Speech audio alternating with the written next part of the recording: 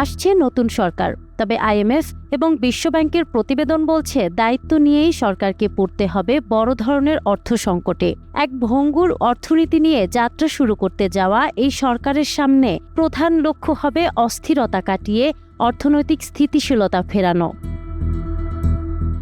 পলাতক হাসিনা সরকারের আমল থেকেই শুরু হয়েছিল অর্থনৈতিক মন্দা, কিন্তু অন্তর্বর্তী সরকারের সময়ে সেই সংকট আরও ঘনীভূত হয়েছে।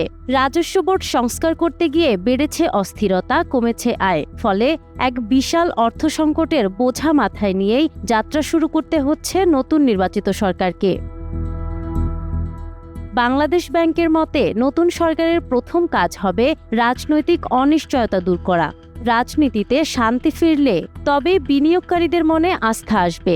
আমলাতান্ত্রিক জটিলতা কমিয়ে গ্যাস ও বিদ্যুৎ নিরবিচ্ছিন্ন সরবরাহ নিশ্চিত করা না গেলে কলকারখানা সচল করা কঠিন হয়ে পড়বে।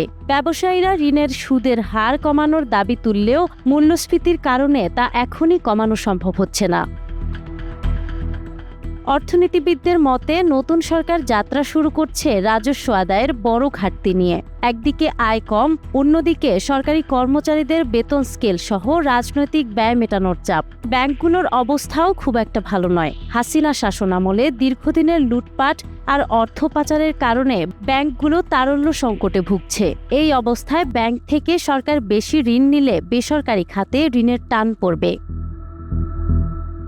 সাধারণ মানুষের সবচেয়ে বড় কষ্ট উচ্চ মূল্যস্ফীতি। আইএমএফের শর্ত অনুযায়ী ডলারের দাম বাজার ভিত্তিক করলে পণ্যের দাম আরও বাড়ার ঝুঁকি আছে। আবার ভর্তুকি কমালে বিদ্যুৎ ও জ্বালানির দাম বাড়বে, যা জনগণের মধ্যে অসন্তোষ তৈরি করতে পারে। মূল্যস্ফীতি 7% নিচে না নামলে সুদের হার কমানো যাবে না বলে জানিয়েছে আইএমএফ। তবে আশার কথা হলো বর্তমান সময়ে হুন্ডি কমে রেমিটেন্স বাড়ছে এবং রিজার্ভ কিছুটা ঊর্ধ্বমুখী।